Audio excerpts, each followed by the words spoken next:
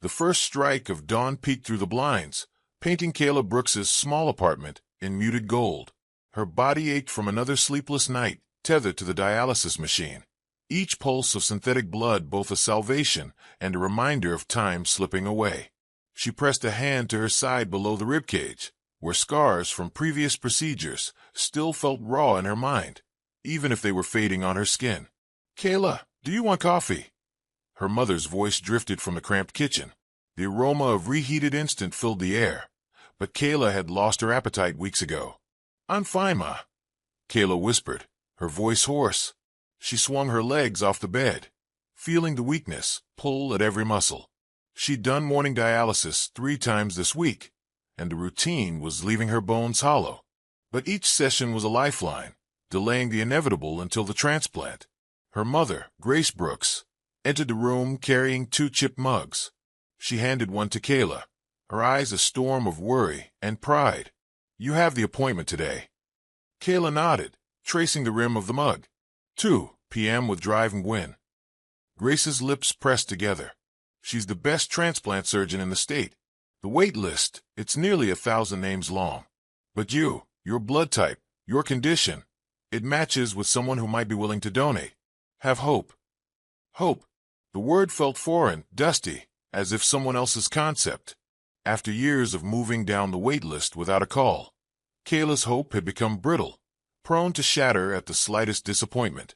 But today was different. Dr. Nguyen's office had called yesterday morning.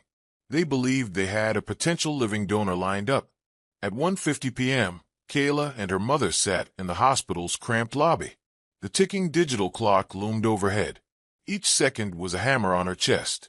She closed her eyes, recalling her last conversation with Tyler, her boyfriend of 3 years, when he swore he would never let her face this alone. The nurse emerged and called her name. Kayla stood, her legs trembling, and followed into Dr. Nguyen's office. The surgeon, crisp in white coat and calm confidence, smiled as Kayla entered. "We've found a potential donor," Dr. Nguyen began, handing Kayla a thick folder. "It's a young woman who has reached out voluntarily. She understands the risks, and she's been fully evaluated. We're hopeful." Kayla's breath caught in her throat. She swallowed hard, vision blurring. "Is she really willing?"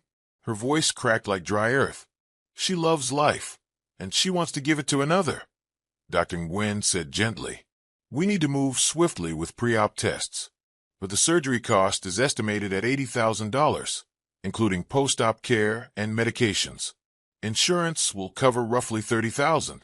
You owe $50,000. Kayla opened the folder. The number glared at her like a neon sign in a dark room. 80,000. It felt impossible. Her paycheck from freelance graphic design covered rent and groceries. She had no reserves. Tears pricked. She looked at her mother, whose face was a mask of faith. Grace reached out, covering Kayla's hand. "We'll figure it out. We must." Kayla nodded, heart pounding. This surgery was her last option, a chance to reclaim life from the shadows of the hospital wards. She squeezed her mother's hand, determined to cross whatever chasm lay between desperation and hope. She closed the folder, feeling its weight, but an ember of resolve ignited. No matter what she sacrificed, she would secure this chance at life. She would survive. The late afternoon sun filtered through the living room window as Kayla settled onto the faded gray couch, her legs still shaky from the hospital visit. "Tyler, I got this, baby. Just rest and breathe. I've got plans." His confidence shimmered across the screen like a bomb. Kayla pressed her thumb to the message, sending a small heart emoji in reply. Her mind drifted back to this morning, when he stood beside her hospital bed, pulling her hand into both of his. "I promise," he had whispered. His dark eyes were resolute, unwavering. "I'll do whatever it takes to get you to that surgery." He brushed a strand of hair from her forehead, and even in his nervousness, he managed a feeling of safety she hadn't known in months. Her phone buzzed again. It was a calendar invitation for tomorrow's dinner at their favorite bistro. Celebrate the next step, it read, but the invite was vague. Kayla felt a flutter of excitement mingled with caution. Tyler's grand gestures had always been romantic, but she feared disappointment more than she craved surprise.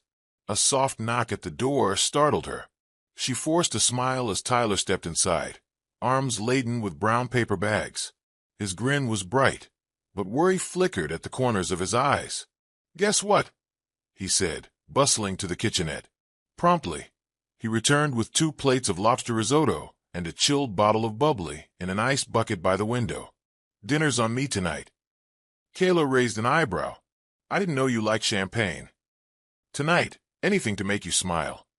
He hurried to her side, pressing a gentle kiss to her forehead. "And I have news." Her heart beat faster. "What is it?" He handed her a forkful of risotto, then sank to his knees before her, pulling a small velvet box from his pocket. She gasped. "Kayla Brooks, will you let me manage this fundraiser?" he asked, opening the box to reveal a silver key pendant. The key symbolized unlocking doors, new beginnings. She blinked, stunned. "Tyler, it's beautiful. But a fundraiser." "I've teamed up with Emily," he said, his voice solemn. "She's hosting an online charity auction to cover your transplant expenses. I've been organizing everything." Tears welled in Kayla's eyes. "Emily? The bride who lost her sister." "Her story moved her," Tyler replied. "She's passionate about this cause."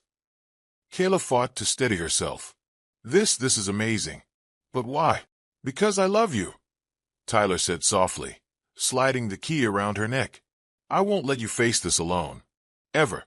She reached out, pulling him to sit beside her, their fingers entwined over the pendant. In that moment, Kayla believed the world was wide enough for miracles. His promise shone like a ray of love breaking through her darkest fears. Kayla lay in the hospital bed, eyes open but unseeing, as fluorescent lights hummed overhead. Dr. Nguyen entered, clipboard in hand. The beeping of the 4-pump was the only sound until she cleared her throat. "We have confirmed a willing donor," she said. "Your tests match precisely. She wants to proceed." Kayla blinked, the word donor echoing like a lifeline. "Who is she?" she whispered. "That's the thing. She remains anonymous until after surgery. We only have a code name, Angel 6. Angel 6. Kayla lifted the bedsheets to sit upright. "Why anonymous?" Dr. Nguyen offered a gentle smile. "She fears publicity and doesn't want recognition.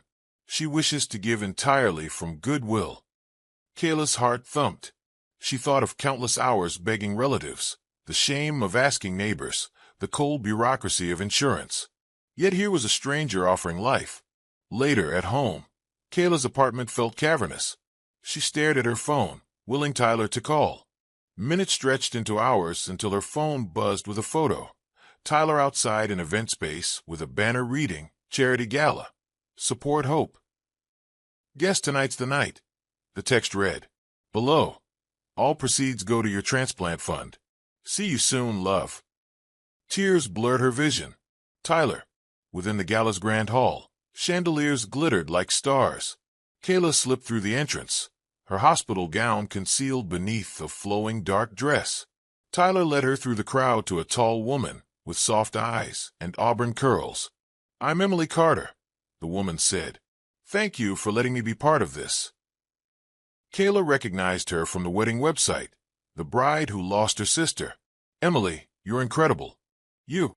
Emily shook her head. "I'm grateful I can do something. Angel 6 asked me to introduce us." "Angel." Kayla's pulse quickened. Emily led her to a decorated table with envelopes and placards. "We've raised $60,000 so far," Emily said. "Tyler's network is amazing." 60,000. Almost there. Hope flickered, fragile and bright. Tyler slipped his hand into hers. "Together," he murmured, "we'll make this happen." In that moment, Kayla believed in miracles again.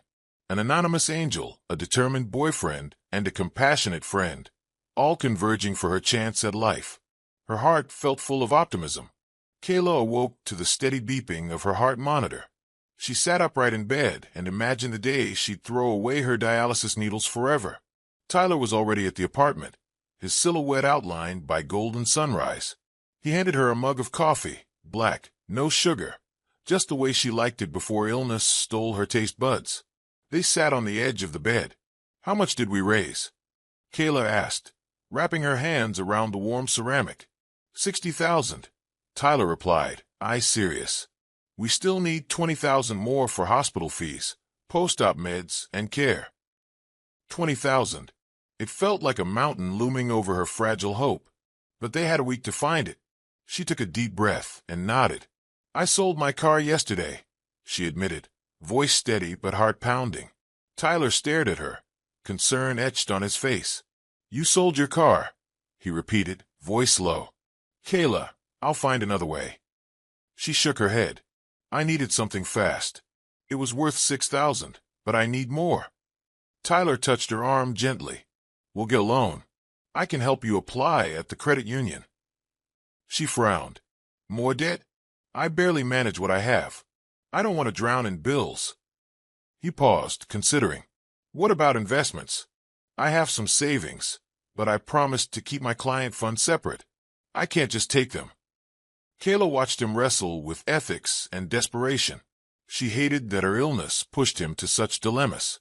She reached out, placing her hand on his.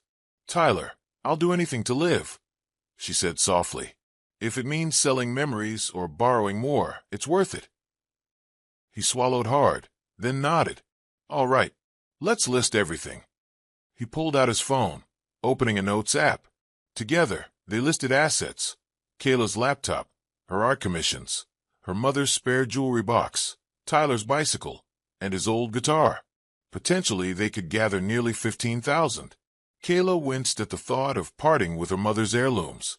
But the alternative was unthinkable. After a moment, Tyler added another line. "Crowdfunding. Angel's 6th story will attract attention. We could launch a campaign. Share the link at work, with friends, on social media." Kayla's chest tightened.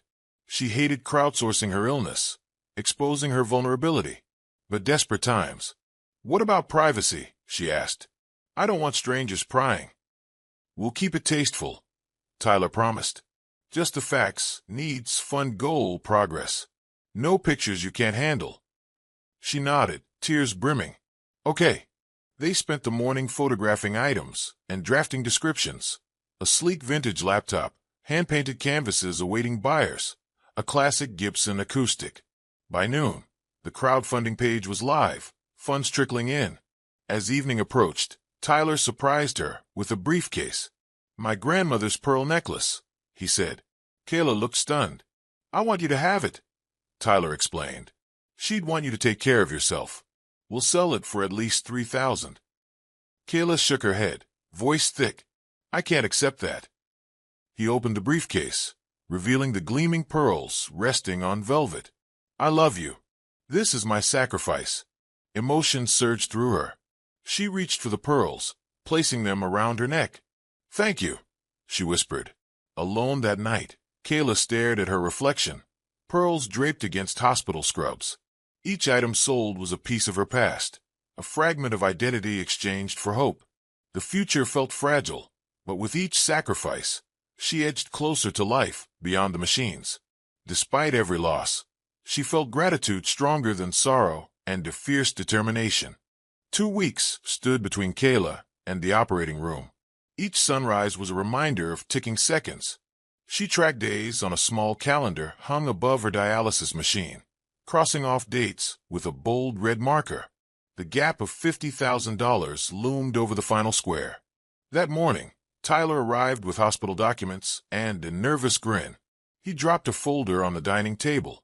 "Pre-op tests are scheduled for next Monday," he announced, then handed her a mug of coffee, her favorite blend. Kayla's fingers trembled as she reviewed the paperwork. Blood panels, imaging scans, cardiology clearance. Each checkbox was a hurdle, each signature a step closer to life. She imagined the moment the surgeon would say, "You're a match," and she'd wake memory blurred but alive. Tyler placed his hand over hers. "You're almost there." Her throat tightened. "It feels like a lifetime and a heartbeat all at once." He nodded solemnly. "After the tests, we settle payment, schedule the donor's operation, then yours follows." Kayla closed the folder, staring at the line items, totaling 50,000. "What if we don't reach the goal?" Tyler's jaw clenched. "No matter what, I'll cover the rest. I've arranged a loan through my grandmother's estate." "But at what cost?" Kayla whispered. I hate the idea of you sinking money you don't have. He leaned in and kissed her forehead. Your life is worth everything. They spent the afternoon coordinating, calling the bank, finalizing loan terms, emailing the hospital billing office. By evening, Kayla felt exhausted yet exhilarated. Later, she lay awake, insomnia gnawing at her. She repeated a mantra under her breath. One day closer, one day stronger. She pictured the surgery room, the scalpel's shine, the donor's steady breathing, the moment she'd hug her mother wire-free. Sunlight hit her face hours later. She blinked into a new day, the day before pre-op testing. Tyler greeted her at the door, carrying a bag of fresh berries and yogurt. You need nutrients, he said, helping her to the couch. She smiled gratefully. Thank you. She placed a hand on his cheek. You're my anchor. He tucked a strand of hair behind her ear. And you're my miracle. Messages of support trickled in on the crowdfunding page. Stay strong, Kayla. Almost there. You got this. The total neared $45,000. As sunset approached, Nurse Patel knocked gently. Her presence brought memories of fear and care. She pressed final forms into Kayla's hand. I'll be there in the hour, she promised. You're in good hands. That night, Kayla placed a folder of signed forms and the payment receipt on the table. She drew a deep breath, touching each paper as if saying goodbye to doubt. The countdown to life had begun, and for the first time, she felt ready. Her gratitude for Tyler ran deeper than ever. The late afternoon sun cast pink-orange hues across Kayla's small living room as she sat at the kitchen table, staring at her laptop screen. Her heart pounded against her ribs as she watched the numbers update on the crowdfunding page. $80,000, $50,000 marked raised, $30,000 still needed. She inhaled slowly, trying to steady trembling fingers.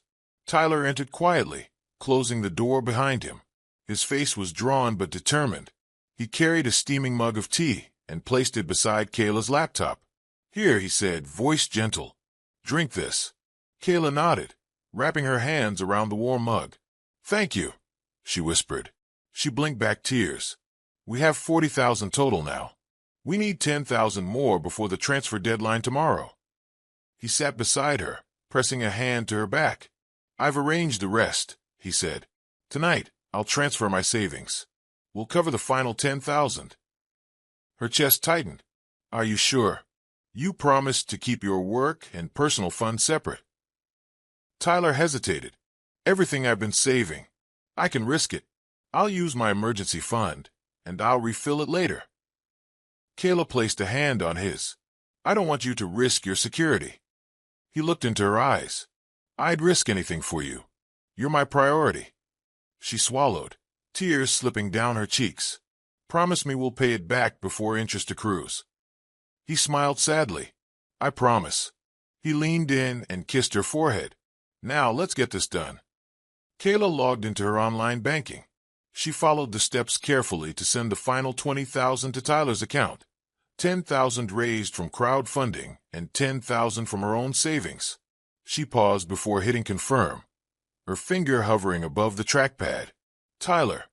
He reached across and squeezed her hand. It's okay. I've got it from here. His voice trembled slightly, but his gaze held firm. She exhaled and clicked confirm. A message flashed. Transfer successful. The screen displayed a revised account balance. Tyler's account now held the required $50,000 earmarked for Kayla's surgery. Kayla's shoulders relaxed for the first time in months. Relief washed over her. It's done, she said softly. She buried her face in her hands, fighting a wave of emotion. It's done. Tyler stood and switched off the living room light. Get some rest. Tomorrow, we deliver the payment packet to the hospital. They'll schedule the transplant date. She nodded, exhausted. Thank you. She looked up at him. I love you. He smiled tiredly. And I love you. He kissed her again, briefer this time, then turned to leave for his night shift at the clinic where he worked. Left alone, Kayla stared at the glow of her phone screen, reading supportive messages. Stay strong, Kayla. Almost there. We believe in you. She felt gratitude swell, but as the clock ticked past midnight, a sense of unease crept in. She sent a quick text to her mother. Money transferred, date pending. Grace replied instantly. Thank goodness, sleep now. Kayla lay back, eyes wide open. The weight of tomorrow pressed down like a storm cloud. But she held onto Tyler's promise and the anonymous donor's sacrifice. Tomorrow, she might find out if the transfer saved her life. Dawn's pale light eased through the gauzy curtains, illuminating Kayla's restless form. She sat up on the edge of her bed, phone in hand, pressing the call icon for the 5th time. Each ring pulsed in her ears, like a warning bell. Tyler's voicemail picked up again. Hey, it's Tyler. I can't get to my phone right now. Panic tightened her chest. She tapped out another text. Please call me. Hospital needs confirmation of payment. No blue ticks. No delivered receipts. Nothing. She rushed to her laptop and logged into her online banking. The transaction status glared. Pending. It hadn't cleared. She pounded her palm against the table. Her phone buzzed. A text from her mother. I tried calling Tyler too. No response. What's going on? Grace's concern radiated through the screen. Kayla's hand shook. I don't know. Transfer pending. Hospital appointment in 2 days. She tapped send, biting her lip. She stared at the ceiling fan's lazy rotation, the seconds stretching into minutes. Her future teetered on the brink. If Tyler couldn't justify the transfer, if the funds didn't arrive, her surgery would be postponed indefinitely. Suddenly, her phone buzzed again. Emergency dialysis tomorrow. You ready? It was Nurse Patel. Kayla's heart sank. She shot back. Yes, but Tyler's transfer still hasn't cleared. Can you hold off scheduling until we sort it? Silence. She dialed the hospital's billing office. A recorded voice rattled out hold music. She whipped her legs around, pacing the living room, sleeve damp with sweat. Finally, a human voice. Billing, this is Marissa. How may I help you? I'm Kayla Brooks, Kayla said breathlessly. I was supposed to deliver the final payment today. It's still pending. The donor's surgery can't proceed without it. Marissa's tone turned sympathetic. I understand. Let me check. Yes, the payment is indeed pending. We can hold the surgery for a day. But beyond that, we'll have to reschedule. I'll flag it, but please expedite. Kayla exhaled. Thank you. I'll call you with confirmation. She hung up and sank to the couch. Her phone rang. She leapt up, hope igniting. But the screen displayed an unknown number. She answered breathlessly. Hello. Silence. Then click. The call ended. Her stomach knotted. Someone was avoiding her. Tyler's apartment on Maple Avenue was just 10 minutes away. She grabbed her coat and car keys. Mom, she called over her shoulder, lacing up sneakers. I'll be back soon. Grace appeared at the doorway, alarm in her eyes. Kayla slowed down. I have to find him, Kayla said, voice shaking. If the money isn't there, she swallowed, I can't get surgery. Grace met her gaze. I'll drive you. They sped through morning traffic, silence thick between them. At Tyler's apartment building, Kayla bolted from the car, fumbling for her fob. Inside the lobby, dust motes floated in the stale air. She hurried up the stairs to his unit. She fumbled with the doorknob. It turned, but the door was locked. She rapped sharply. No answer. Her heart hammered. She pressed her ear to the door. Silence. She tore out her phone and called Tyler again. Straight to voicemail. Kayla sank against the door frame, trembling. Her hands shook as she held her phone. The transfer of life, Tyler's promise, it all hung in limbo. Grace's hand pressed against the door by Kayla's shoulder. We'll manage, she whispered, but Kayla's trust felt shattered. She stared at the threshold, heart pounding, knowing tomorrow's dawn could expose betrayal. Kayla's hand trembled as she pushed through the hospital doors, the antiseptic scent assaulting her senses. She wore her hoodie zipped tightly over the hospital gown beneath, sneakers clicking against the tile. Her breathing felt shallow, each step weighted by dread. She approached the reception desk where Marissa, the billing clerk, sat with a sympathetic expression. The lobby was eerily quiet early in the morning, punctuated only by distant beeps and the hum of fluorescent lights. Kayla Brooks, Kayla said, her voice tight. She slid her ID and billing reference across the counter. I'm here to confirm my transplant surgery. Marissa frowned as she typed. She glanced at Kayla's file, then up again.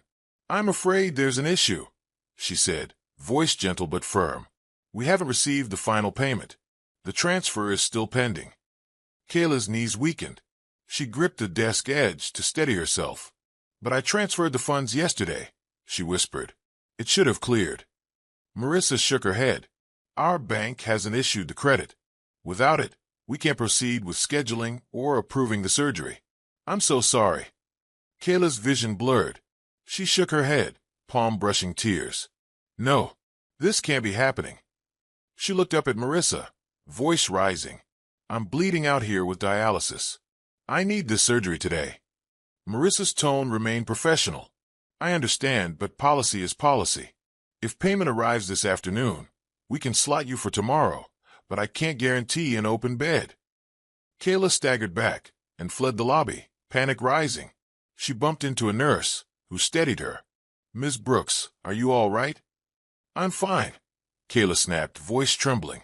She hurried down the corridor, blinking to clear her vision. She reached an empty bench outside the operating theater and sank down, tears spilling. Her phone buzzed. A message from Nurse Patel. Sorry to hear. Blood pressure is fine. Please come for emergency dialysis tomorrow. We'll try again for surgery after. Kayla's chest tightened. She slid out of the bench and moved to the cafe's corner, head in hands. The digital menu displayed pastries and coffee, but she had no appetite. She folded her arms over the table and closed her eyes. When she opened them, her phone buzzed again. A notification from Instagram. Alana sent you a message. Kayla stared at the screen, hope flickering. She tapped to open. Kayla, it's Alana. I don't know how to say this, but you need to see my story. My friend is marrying your boyfriend. Her cafe noise faded. Her world tilted. Her mind started racing. Kayla woke in a hospital bed, the sterile white ceiling spinning above her. Beeping monitors lined her side, and a nasal cannula delivered oxygen. She tried to speak, but her throat was dry. A blurred figure knelt beside her. Kayla, you're awake. Her mother's voice trembled. Grace's eyes shone with relief and concern. They got you here just in time. Kayla's vision cleared. She recognized the dialysis machine, siphoning her blood through tubes. Panic fluttered in her chest as she sat up, testing her strength. She felt drained, every muscle protesting. What happened? She croaked. You collapsed in the ER, Grace explained, brushing hair from Kayla's forehead. They said your blood pressure dropped dangerously low after the surgery cancellation. You needed emergency dialysis. Kayla closed her eyes, remembering the confrontation with Marissa. She had run through the corridors, her breath ragged, her heart pounding. Then darkness. Why didn't Tyler answer? She whispered. My calls, my texts, nothing. Grace's lips compressed. I don't know. She looked away. I tried contacting him too, but he's gone. A sharp pain stabbed Kayla's side, and she winced. A nurse hurried over. Careful, Ms. Brooks. How are you feeling? Exhausted, Kayla admitted, and furious. The nurse checked her vitals, adjusting her drip. The next dialysis is scheduled tomorrow morning. We'll monitor you closely. Rest now. As the nurse left, Kayla slumped back. Tears burned behind her eyes. This betrayal felt unbearable. She had given everything, her car, her savings, her hope, to trust Tyler. Now her life hung by a thread, and he was nowhere to be found. Grace sat beside her, clasping her hand. We'll get through this, she vowed. I'm here. Kayla nodded, though she hated the weakness she felt. Her body felt foreign, drained and fragile. Yet her anger burned hotter than her pain. She clenched her fist under the blanket. He'll pay for this, she muttered. Grace reached for her phone. I'll call the police if I have to. We'll find him. Kayla gave a bitter laugh. I don't need him arrested. I need my surgery. Her mother's face crumpled. I know. I'll handle this. She kissed Kayla's hand. Rest. Kayla surrendered to exhaustion, drifting in and out of consciousness. She dreamt of Tyler's face, smiling, confident. Then it warped into an empty apartment, The door locked. When she woke again, the sunlight was low in the sky. A folder lay on the bedside table. Hospital bills, dialysis reports, and a printed screenshot of Tyler's bank account balance, with no record of her funds. Her blood ran cold. She grabbed the folder and scanned the pages. No evidence of her transplant fund. Only small deposits and withdrawals. Her heart thudded. Her phone buzzed. A news alert. Strange wedding in Napa Valley. Groom loses a kidney donation. She tapped it, but the link was broken. She slammed the folder down, tears spilling. This isn't over, she vowed. Just then, a soft knock came. Nurse Patel entered, carrying a clipboard. Ms. Brooks, hospital administration wants to talk to you. Kayla's pulse spiked. About Tyler's fraud? The nurse's eyes flicked away. They need to review your case. Please come with me. Kayla took a deep breath. The ordeal was far from over. Fury and despair churned, but beneath it, determination blossomed. She would fight, firmly. At that moment, Grace squeezed her hand. Together they rose, facing a corridor that felt like an arena. Kayla straightened her gown, steeling herself for confrontation. This time, she vowed, she would not collapse. She would demand the truth, reclaim her life, make Tyler answer for broken promise and stolen dream. Kayla's heart pounded as she stared at her phone's screen in the hospital cafe. The Instagram icon glowed red, Alana's DM request. She tapped it, and a message thread opened. Alana. Hi Kayla, sorry for texting out of the blue. I'm Alana, a bridesmaid at my friend's wedding today. The groom is your boyfriend, Tyler. You need to see this. Kayla's thumb hovered over the message. Tyler at someone else's wedding? It seemed impossible. Yet she had no reason to doubt this stranger. She found the view story prompt and clicked, revealing a montage of wedding preparations, silk drapes, ivory bouquets, and glimpses of a groom in a tux. Tyler's build, the same dark hair, the familiar emerald bracelet from Kayla's fundraiser event around his wrist. She showed her mother the screen. Grace gasped. It's him. Her hand trembled as she pointed at the groom's image. That's Tyler. Kayla scrolled further. Messages from Alana. I thought it was my sister's wedding until he showed up. I'm a bridesmaid because I know the bride from college. She's Emily. Her family owns vineyards in Napa Valley. Each word felt like ice. Napa Valley, where Emily's wedding events were staged online earlier. The place Tyler promised to take Kayla on their anniversary. But he had never booked flights for her. Alana's next message popped up. I'm at table 6, by the chapel. Attached was a selfie. Alana in a blush bridesmaid gown, her smile strained. Behind her, Tyler stood next to a tall blonde in a wedding dress, both laughing. Kayla lurched forward. Her phone slipped from her hand, clattering against the table. Everyone turned to look. Patients, visitors, staff. She felt their eyes like a spotlight on her humiliation. She snatched the phone back. I need to go, she whispered to Grace, voice cracking. I have to see this with my own eyes. Grace stood, pulling out her keys. Let me drive you, she said, voice resolute. But slow down. We don't know what we'll find. Kayla shook her head. No time. She dashed out, leaving the cafe, her hospital gown visible beneath her hoodie. She ignored whispers. She hailed a rideshare on her phone, hands trembling as she typed the address. Napa Valley Event Center. In the car, her phone buzzed incessantly. New messages from Alana, screenshots of wedding photos, captions. He's marrying her in 1 hour. Kayla held the phone in her lap, eyes wide. The car sped along city streets, past sprawling vineyards, toward betrayal. Once outside, Kayla texted Alana. Here now. Where are you? A moment later, Alana, in her blush gown, appeared at the pergola entrance. Her sympathetic eyes met Kayla's. I'm sorry you had to see this, she whispered. He lied to you. Kayla took in the scene. Her heart hardened. She squared her shoulders, ready to confront Tyler. The late morning sun drenched Napa Valley in honey-gold light as Kayla stepped from the rideshare onto a manicured gravel path. Rolling vineyards stretched out like emerald waves, punctuated by clusters of white-tinted canopies and rows of ivory chairs lined before a trellis dripping in orchids. A string quartet's lilting melodies drifted across the lawn. Alana hovered at Kayla's side, her blush bridesmaid gown swinging softly in the breeze. They moved the ceremony to this hillside after the rain washed out the chapel, she whispered. Everyone's excited. Nobody suspects you'll crash it. Kayla's chest tightened.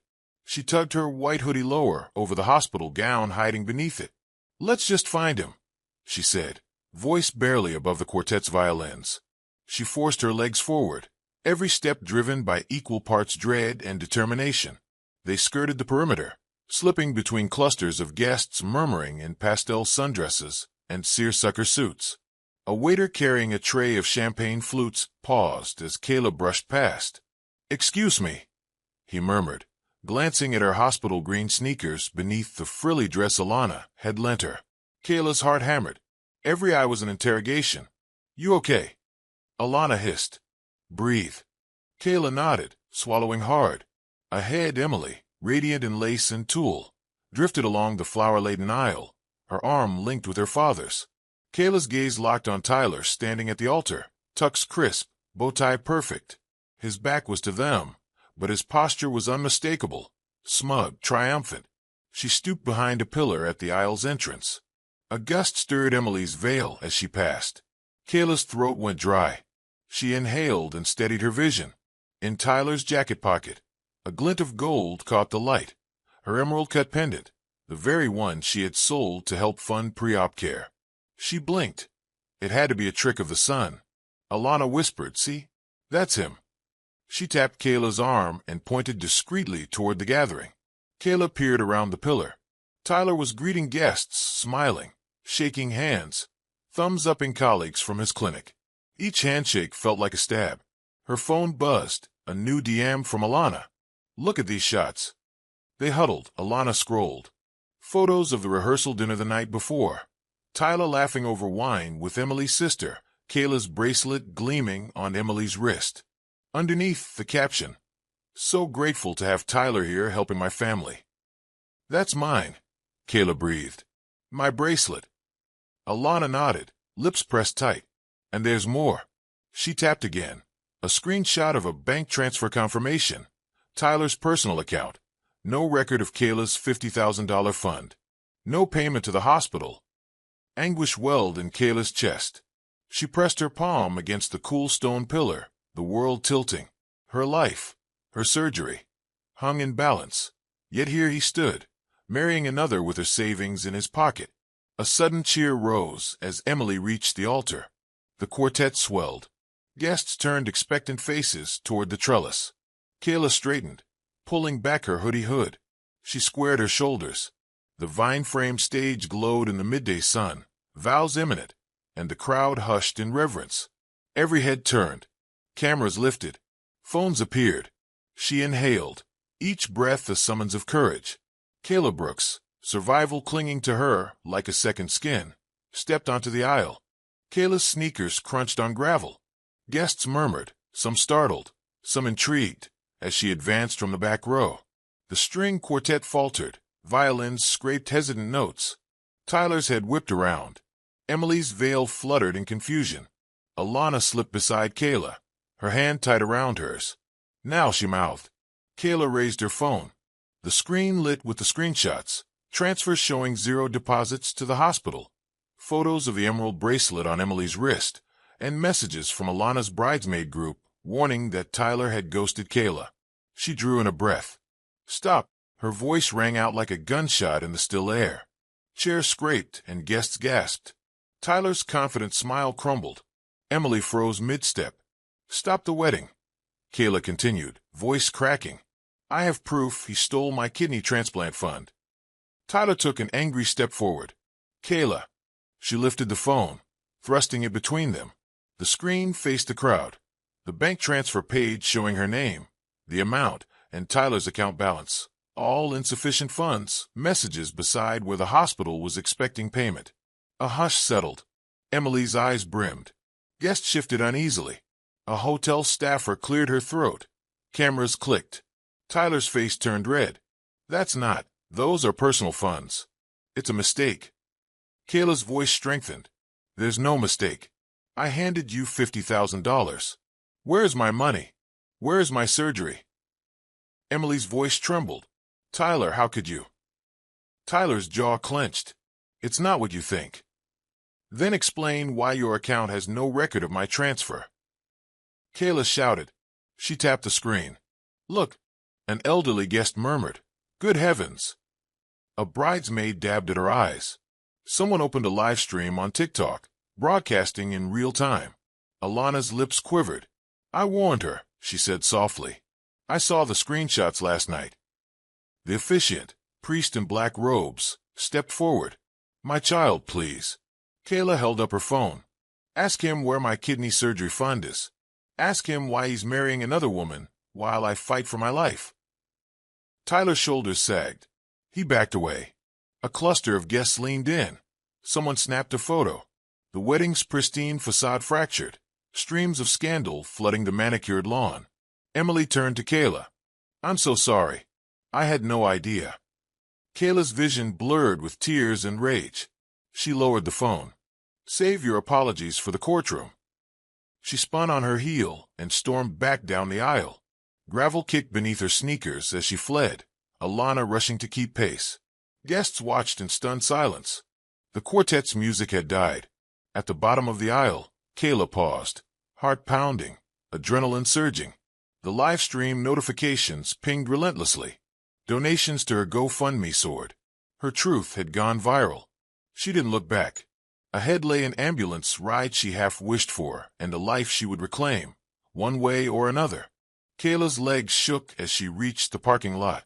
The FOO gates loomed before her, and beyond them, the rideshare idled. She aimed for the passenger door. Kayla. Alana called, voice laced with worry. She caught up, hand on Kayla's arm. We need to get you back to the hospital. Your blood pressure. Kayla's vision swam. The adrenaline that fueled her revelations was draining. She pressed a hand to her chest. An ambulance siren wailed in the distance. Was it for her? She couldn't remember. Alana opened the car door. Get in, she urged. Inside, Kayla slumped against the seat. I can't believe it, she whispered. He really did it. It's going to be okay.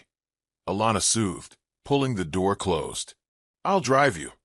As the car pulled away from the estate, red and blue lights danced across the wrought iron gate. Guests spilled onto lawns, phones poised, gossip crackling like wildfire. Alana navigated through narrow vineyard roads. Kayla stared out, hypnotized by the green vines undulating in the breeze. She clenched her phone, wrists numb from gripping it so tightly. Her phone buzzed. Text from her mother. What happened? Are you safe? I'm coming. Kayla tapped back. I'll explain. Just hurry. The sirens grew nearer. In the rearview mirror, Alana's reflection shimmered. I called Nurse Patel, she said. They're ready for you. Kayla exhaled. Thank you. Her throat tightened at the thought of going back to the hospital in disgrace. But alive. At the hospital entrance, the ambulance thundered up, and staff rushed to help. Alana jumped out, guiding Kayla onto a wheelchair. A nurse intercepted them, taking vitals. He sounds overwhelmed, the nurse said, reading the monitor. We'll get you stable. Kayla's eyes locked with Alana's. I never thought kindness from a stranger could save me, she murmured. Alana squeezed her hand. You saved yourself by speaking your truth. Kayla braced as the wheelchair rolled into the ER bay. Guests at the wedding's live stream were still sending messages. Justice. Go, Kayla. I donated. She felt a spark of hope ignite amid the pain. Betrayal had nearly killed her, literally, but her courage had set her free. The next battle would be legal, public, and painful. Yet for the first time since waking in that hospital bed, she felt less alone. The gurney slid into a treatment room. Kayla leaned back, tears of fatigue and relief mingling. She closed her eyes, letting the beeping monitors lull her. In the hush, her own silence held more power than any scream. Late afternoon light filtered through the window into Kayla's private room. She lay propped on pillows, freshly bandaged from her emergency dialysis. A crisp white hoodie lay across her lap, the same one she'd worn to crash the wedding. Nurses had washed the hospital gown beneath it, replacing stains with crisp folds. Grace arrived, carrying a small bouquet of lilies. She placed them on the bedside table and brushed a strand of hair from Kayla's forehead. "How are you feeling?" "Drained," Kayla admitted, "but free." Her resolve glowed brighter than her pale cheeks.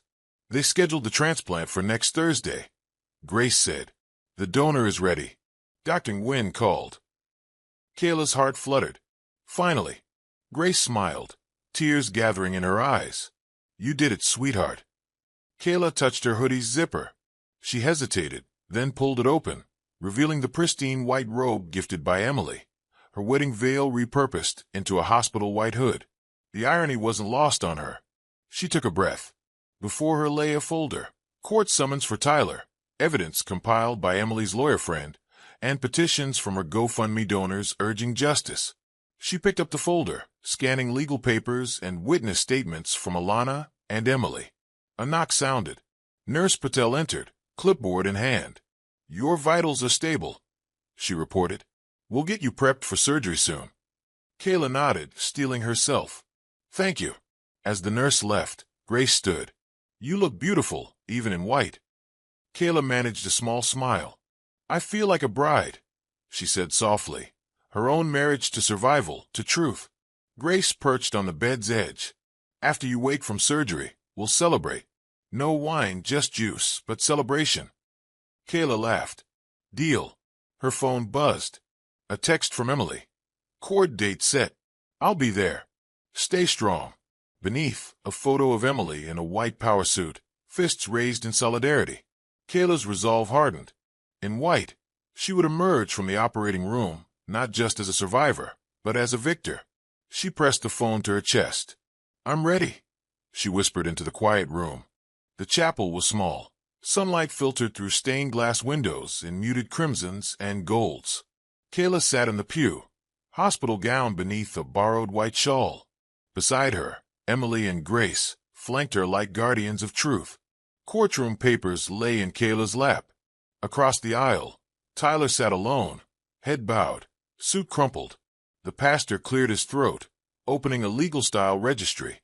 "We gather today to finalize," he paused, scanning the gathering. "Does anyone object?" Kayla rose, voice steady. "I object." She stepped into the aisle, holding the court folder aloft. "I object to this marriage," she said, eyes locked on Tyler. "My medical fund was stolen by this man.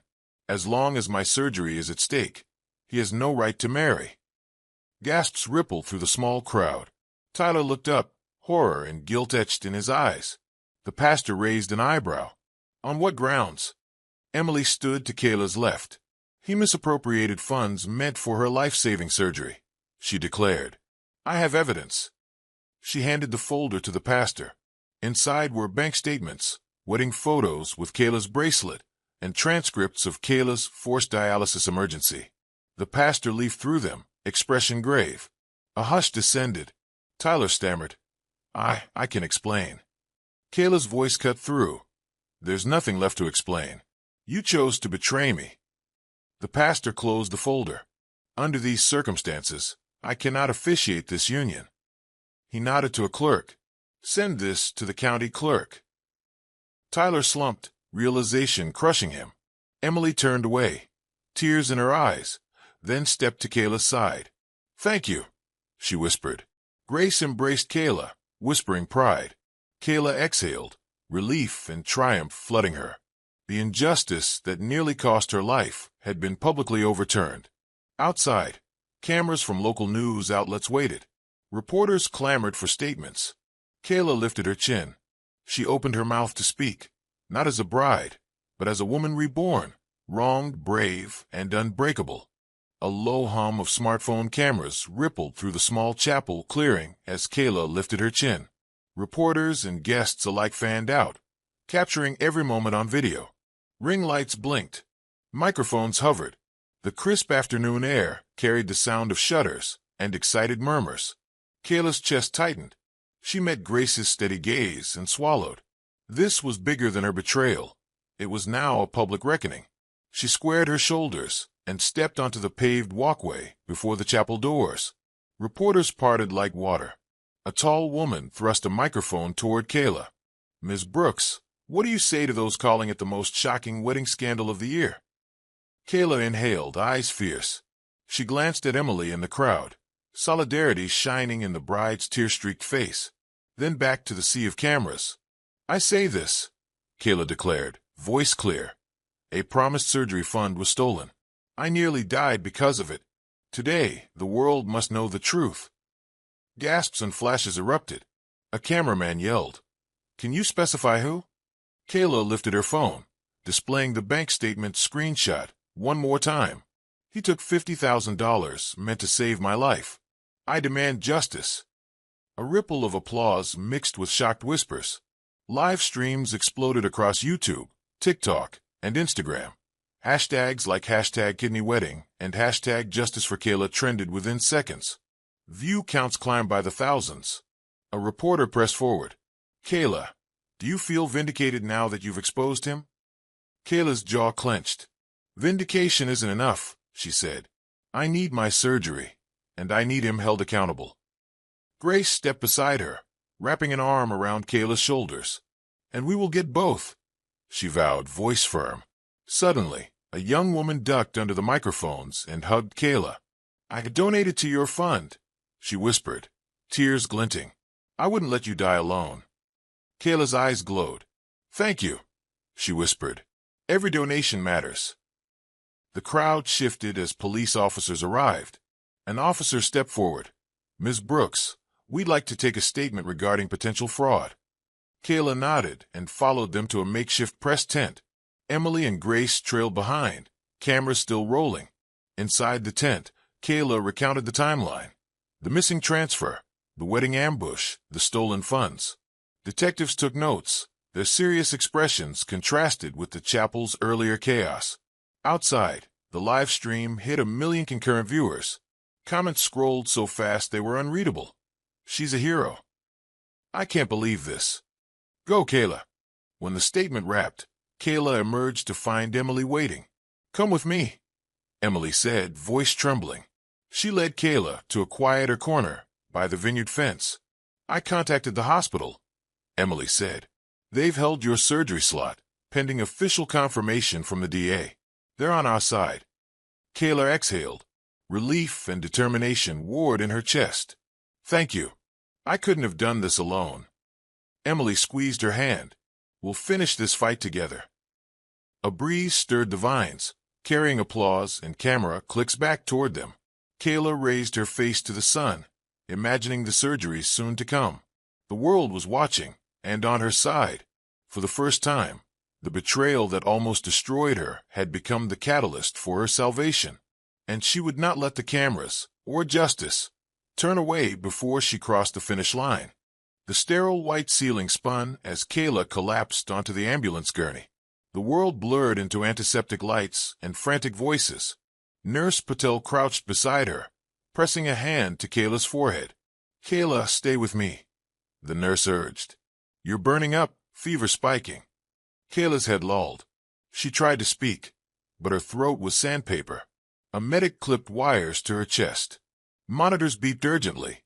The gurney rattled down the hospital hall. She dreamed of Tyler's face, twisted in guilt. Then Emily's unwavering eyes. Then the waiting operating room. So close she could almost taste the sterile hope. When she opened her eyes, she was back in the ER. A saline drip fed her arm. Dr. Nguyen stood beside the bed, brow furrowed. "Kayla, your temperature is 102.5 degrees Fahrenheit," Dr. Nguyen said. "We need to treat this infection before surgery. We'll start 4 antibiotics and monitor your vitals for 48 hours. Kayla's heart sank. How long?" she croaked. Dr. Nguyen's gaze was gentle but firm. "At least 2 more days.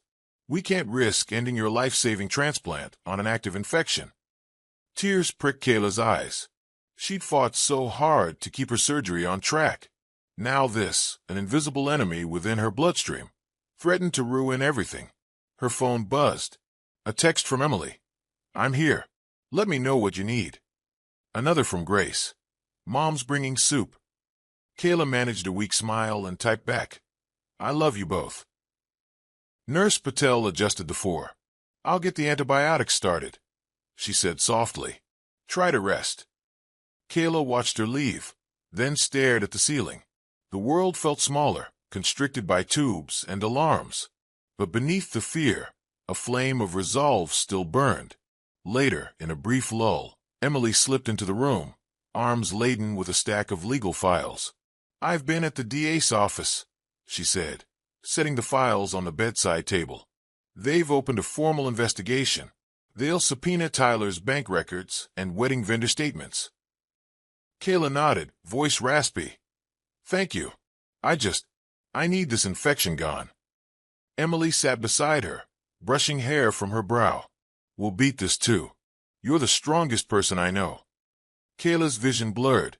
Emily's words anchored her. Promise me, she whispered. Promise me my surgery won't be rescheduled. Emily's hand squeezed hers. I promise. As Emily stepped out, the monitoring nurse returned with a new bag. Kayla gripped the sheet. The antibiotics flowed into her veins. She closed her eyes, imagining each drop fighting the infection. The ceiling lights flickered, and she drifted between wakefulness and sleep. Her mind replayed the public spectacle, the live stream's messages of support.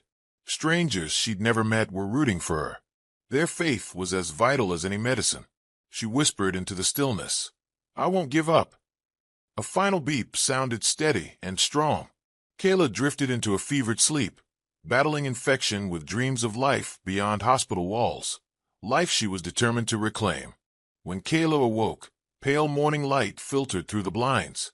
She blinked against the soft glow, the memory of collapse still raw. She flexed her fingers, no tremor. Nurse Patel bustled in, clipboard in hand. Vitals are stable. Fever's down. You're cleared for surgery preparations tomorrow. Kayla exhaled a shaky breath. Thank you. Before the nurse left, she tapped Kayla's phone. You have a call from a news producer. Intrigued, Kayla answered.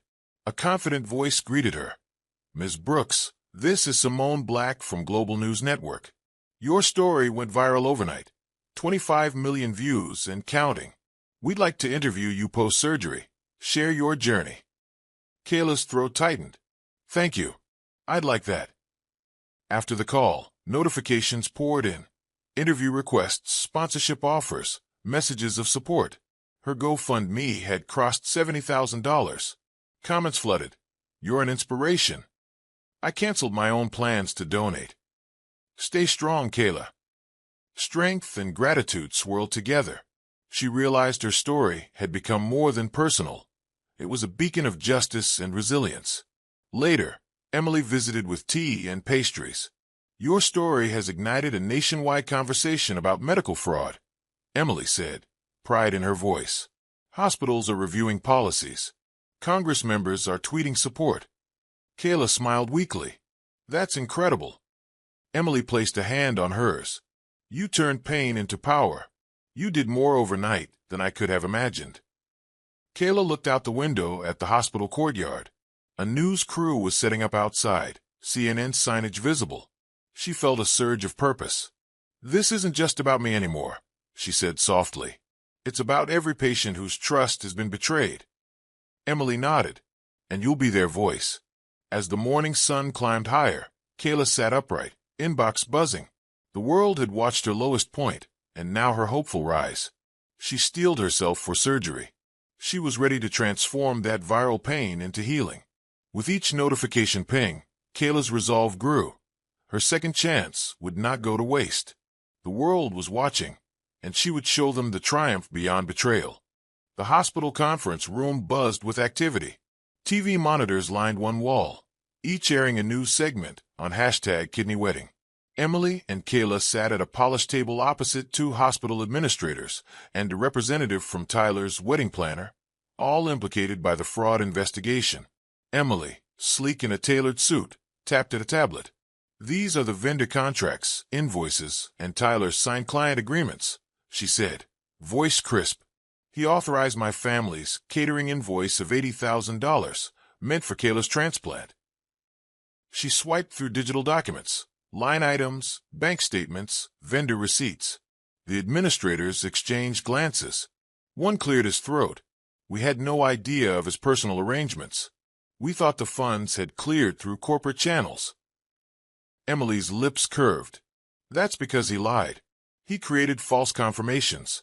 We have vendor testimonies stating they never received payment. You froze his accounts within hours of the DA's subpoena." A legal counsel leaned forward. "We're drafting policy revisions for fund escrow protocols, but Ms. Brooks needs assurance her surgery will proceed." Kayla nodded, voice steady. "I need my surgery date locked. No more delays." The hospital CFO scrolled on his laptop. "We've earmarked emergency funds to cover any outstanding costs. The hospital takes this seriously. Your surgery is scheduled for tomorrow at 8 a.m. Relief rippled between Kayla and Emily. Emily turned to Kayla, whispering, "See? They've taken action." Kayla's eyes brimmed. "Thank you." Emily addressed the room. "I'd also like a formal statement acknowledging the hospital's support and policy changes. We'll share it through media channels to reassure other patients." The administrators nodded. A few clicks later, a press release draft appeared. "Hospital commits to transparent fund escrow, patient advocacy, and zero tolerance for fraud." As the meeting concluded, Emily and Kayla left the room together. Hallways teemed with staff congratulating them. A surgeon passed by, patting Kayla's shoulder. "See you tomorrow. We've got your back." Outside, news vans and camera crews awaited. Kayla and Emily paused on the steps. Reporters shouted questions. Kayla raised a hand, silencing them. "I want to thank the hospital for stepping up," Kayla announced, voice firm. "And to anyone who's been betrayed, fight for your rights. Speak your truth." Cameras flashed. Emily joined her side, arm linked. "And to all patients," Emily added, "never underestimate the power of solidarity." The crowd erupted in applause. Chants of "Kayla! Kayla!" Kayla inhaled deeply, tears of triumph shining in her eyes. Emily squeezed her hand, not as a disgraced bride, but as an ally who had turned betrayal into justice. In that moment, Emily's revenge was complete, exposing Tyler's lies, reclaiming Kayla's life, and ensuring no one else would fall victim. The act of betrayal had sparked a revolution in medical ethics and saved a life. The pre-dawn alarm echoed through the transplant unit. Kayla stirred, connecting herself to the final pre-op 4 line. Nurses bustled quietly, drawing labs, checking vitals, whispering words of encouragement. The sterile corridor glowed with soft night lighting. Dr. Gwynn appeared at her bedside, face calm beneath surgical cap. "Good morning, Kayla," she said. "Today is the day." Kayla managed a small smile. "I'm ready." Dr. Gwynn reviewed the chart one last time. "Your donor, Angel 6, has been anesthetized in or 2. We'll begin in 15 minutes. She offered Kayla a reassuring nod. Grace hovered in the doorway, eyes damp. Emily stood beside her with a bouquet of white lilies. Kayla raised her hand, beckoning them closer. "I love you both," she whispered. Emily brushed a tear from Kayla's brow.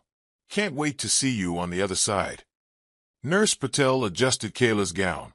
"You'll do great. We'll be right here when you wake." Kayla's heart pounded even as sleep tugged at her eyelids.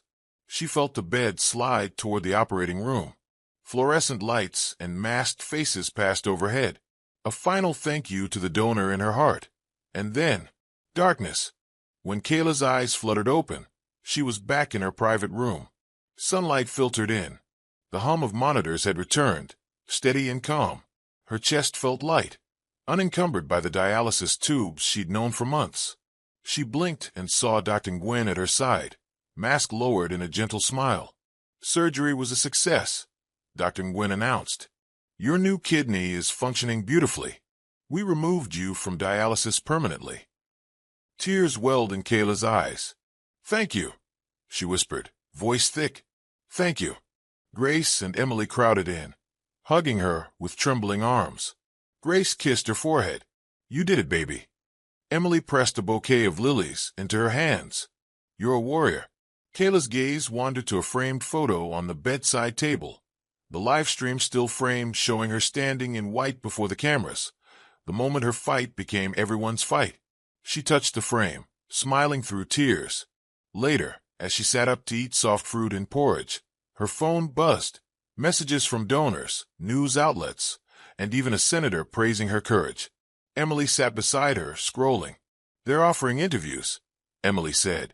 "Books, speaking engagements, you name it." Kayla laughed softly. "First, I need to get out of this bed." Grace nodded. "You rest a few more days. We'll celebrate with a proper party. No hospital gowns allowed." Kayla closed her eyes, heart full. The betrayal that nearly killed her had led to a miracle. A stranger's kindness, a friend's loyalty, and justice served. Now she had her life back. She inhaled deeply, tasting freedom. And as she looked at her mother and Emily, she knew this was only the beginning of a new chapter, one written in triumph, not tears. Kayla's heart pounded like a drum as she entered the cavernous courtroom, flanked by her mother, Grace, and her friend Emily. Sunlight streamed through high windows, illuminating rows of polished wooden benches and the stern figure of Judge Morales seated on his elevated bench. Reporters and well-wishers filled the gallery. Their murmurs echoed off marble walls. Today was the first hearing in the State versus Walker fraud case. The man who stole Kayla's transplant fund stood accused. At the defense table, Tyler Walker sat slumped, suit rumpled, eyes hollow. His attorney, a sharp-suited woman with steely spectacles, whispered urgently as the bailiff called the court to order. Judge Morales's gavel rapped sharply. "State your opening statement." The prosecutor, Assistant DA Ramirez, rose with a leather-bound binder. "Your Honor, ladies and gentlemen of the court, this case is about betrayal of trust, medical fraud, and the near-fatal consequences for my client, Kayla Brooks. Mr. Walker misappropriated $50,000, funds explicitly donated for life-saving medical care, and used them to finance a lavish wedding. We will show bank records, vendor testimony, and witness accounts that leave no doubt of his guilt." Kayla's pulse quickened. The court reporter's fingers danced across her stenograph. Ramirez presented clear evidence: the hospital's unprocessed invoice, Tyler's empty account statements, and Emily's signed affidavit confirming she never paid for any wedding services. Each exhibit landed like a hammer blow. Tyler's attorney rose to object, arguing clerical error and mistaken identity. But Judge Morales overruled. Tyler's forged confirmation emails and false billing authorizations were damning. When it was Kayla's turn, she took the stand. In her hospital gown, now neatly laundered, she described the agony of postponed surgery, the collapse in the ER, and the humiliation of crashing his wedding. Her voice trembled at first, then strengthened with every sentence, her eyes blazing with righteous anger. "I nearly died waiting for a surgery that should have saved me," she testified. "He stole my chance at life." At cross-examination, Tyler's lawyer tried to portray Kayla as unstable, but Kayla held firm. Emily's supportive presence in the gallery bolstered her courage. By midday, closing arguments commenced. Ramirez urged the jury to send a clear message that medical fraud carries real consequences. The defense asked for leniency, blaming a momentary lapse in judgment. After the jury retired, Kayla stepped outside into bright afternoon light, flanked by cameras. She drew a deep breath. Judge Morales returned, docket in hand. The bailiff called the verdict. "We, the jury, find the defendant guilty as charged." A collective gasp rolled through the courtroom. Kayla exhaled, tears of relief and vindication streaking her cheeks. Justice had been served. As Tyler was led away in handcuffs, Grace embraced her, and Emily squeezed her hand. The courtroom showdown was over, but Kayla's true victory was reclaiming her narrative and her life. The morning sun lit up the hospital garden, where Kayla sat on a wrought iron bench, the scent of lavender drifting on the breeze. The lawsuit had concluded, and Tyler was headed to prison. The transplant fund had been released in full, plus punitive damages. Today, Kayla would finally step out of the shadows of betrayal and rebuild her life on her own terms. She wore a crisp white blouse and jeans for the first time in months. No hospital gown, no hiding. Her new kidney functioned beautifully. Dialysis was behind her. Across from her, Emily arranged freshly cut flowers in a vase, and Grace breastfed Kayla's renewed hope with constant encouragement. "You earned this," Grace said, handing her a cup of chamomile tea. Kayla smiled, tracing the rim of her mug. I still feel like I'm waking up. She took a slow sip, warmth spreading through her. But today feels different. I'm no longer defined by what he took. I'm defined by what I fought for. They strolled through the garden's winding paths, past blooming roses and trickling fountains. Emily paused by a bench engraved with "Live well, love always." "That's your motto now," she said. "Live well, love always." Kayla laughed softly. "I like that." She gazed across the courtyard, envisioning a future unbound by hospital wards. "I want to mentor other patients, help them navigate fundraising, advocate for policy change." Emily brightened. "That's perfect. And I'm with you every step." She pulled out her phone, showing a draft website for Brooks Second Chance, Kayla's planned nonprofit. Grace squeezed Kayla's arm. "You've got sponsors lined up already. Local businesses, medical associations, even a grant from the health department." Kayla's heart swelled. "I can't believe how people rallied after the live stream. Strangers I'll never meet contributed to my cause." They found a shady spot beneath an oak tree and sat. Kayla pulled a folded letter from her purse. An acceptance to speak at the National Patient Advocacy Summit next month. She traced the embossed logo with trembling fingers. Emily gasped. "That's huge." Kayla nodded, tears in her eyes. "It is. I'll share my story, my fundraising campaign blueprint, my legal battle, and hopefully save lives before they're in danger." Grace dabbed at her eyes. "Your courage has already changed so many." Kayla exhaled, feeling renewed. "This is my new beginning, the day I stopped being a victim and started being a voice." They stood together, 3 generations bound by resilience, ready to step into a world where Kayla's fight would light the path for others. 2 weeks later, Kayla sat at her polished desk in a sunlit home office. The first draft of her memoir, "The Kidney He Stole," spread across her laptop. A sleek contract lay beside it, her book deal with Silverline Publishing. She ran a hand through her hair, disbelief and excitement warring. Just months ago, her life had hinged on a missing bank transfer. Now, she was about to become a published author. Emily reclined on the adjacent sofa, flipping through chapters and offering notes with a red pen. "I love how Chapter 4 dives into your darkest hour, when you collapsed in the ER. It's raw and real." Kayla smiled. "Thanks. I want readers to feel that fear, so they understand why I fought so hard." Grace entered with a tray of herbal tea and sandwiches. "Interview with the senior editor went well?" she asked, setting the tray down. Kayla nodded. "They loved the proposal, the blend of personal narrative, advocacy resources, and legal insights. They see it as more than memoir. It's a guide for anyone facing medical crises." Emily raised an eyebrow.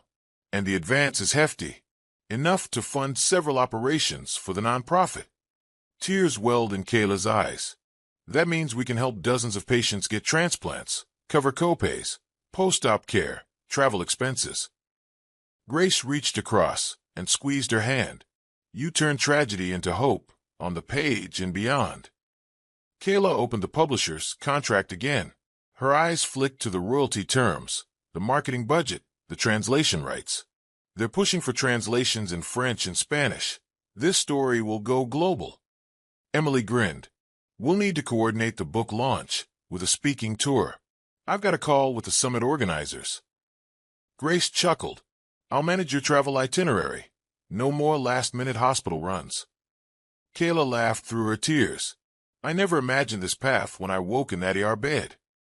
She typed a fresh sentence. "I thought my life was over, but my broken kidney became the cornerstone of a community's compassion." She paused, rereading. "That's the opening I want." Emily nodded approvingly. "Perfect." They spent the afternoon refining chapters, drafting a foreword from Emily, and brainstorming cover designs. An image of a sprouting kidney seedling in a patient's hands. As dusk settled, Kayla closed her laptop and stretched. "I never thought I'd be an author." Grace hugged her. "You've always been a storyteller, this time, with your own life as the narrative." Kayla gazed at the contract on her desk, the book deal that would fuel her nonprofit, amplify her voice, and turn personal pain into collective power. "This is another new beginning. she said softly. One I'm honored to share with the world. 1 year after the wedding crash that defined her fight, Kayla stood on stage at a gala fundraiser in a grand ballroom, crystal chandeliers shimmering above. Hundreds of supporters, from hospital staff to crowdfunding donors, filled round tables draped in white linen. At the podium, Kayla adjusted the microphone and surveyed the crowd, faces she'd never forget, each embodying her journey from near death to new life. Flanking her were Grace and Emily, both radiant in evening gowns.